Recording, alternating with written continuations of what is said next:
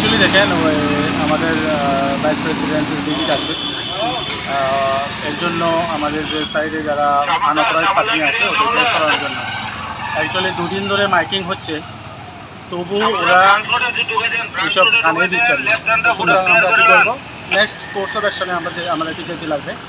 তো আমি আপনার চ্যানেলের মাধ্যমে সবাইকে বলতে চাই, অ্যাটলিস্ট আজকাল 3 দিন আপনারা পার্কিং করবেন না। আপ টু আমতলি থেকে আমাদের এয়ারপোর্ট অবধি আমি রিকোয়েস্ট করবো, আর যদি না হয় নেক্সট কোর্স অফ অ্যাকশন আমরা কিন্তু গাড়ি লিফট করতে বাধ্য হবো, এটাই বলবো। পার্কিং হ্যাঁ, এরকম অ্যাকচুয়ালি আনঅথরাইজ পার্কিংয়ের জন্য অভিযান চালু থাকবে, এবং যারা ওভারনাইট পার্কিং করে ওদের জন্য বলছি আপনারা ওভারনাইট পার্কিং করবেন না।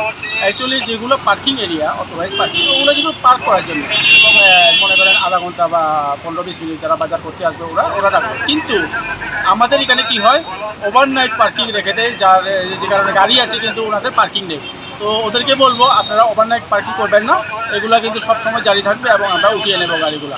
আপনাদের জন্য আপনাদের অনুরোধ করছি আপনারা ওভারনাইট পার্কিং করবেন না, আনঅথরাইজ পার্কিং রাখবেন না। তো সুতরাং এটাই বলবো আপনার চ্যানেলের মাধ্যমে, আপনারা ওভারনাইট পার্কিংগুলো করবেন না, বা পার্কিং অথরাইজ পার্কিংগুলো এটা পার্কিং শুধু পার্কিং রাখার জন্য 10-20 মিনিট বা আধা ঘন্টা রাখতে পারবেন। ওভারনাইট পার্কিং করা সারাদিন রাখবেন, এইভাবে চলবে না। তো এটা সবসময় চলবে, আমরা গাড়ি উঠিয়ে নেব। নেক্সট কোর্স অফ অ্যাকশন যা হয় তা আমরা করবো, এটাই। স্যার আপনার পরিচয়টা? আমি নির্মল চাকমা, ডিএসপি ট্রাফিক। আমার জোন হচ্ছে খারাদন সংগত আপ টু ফ্লাইওভার।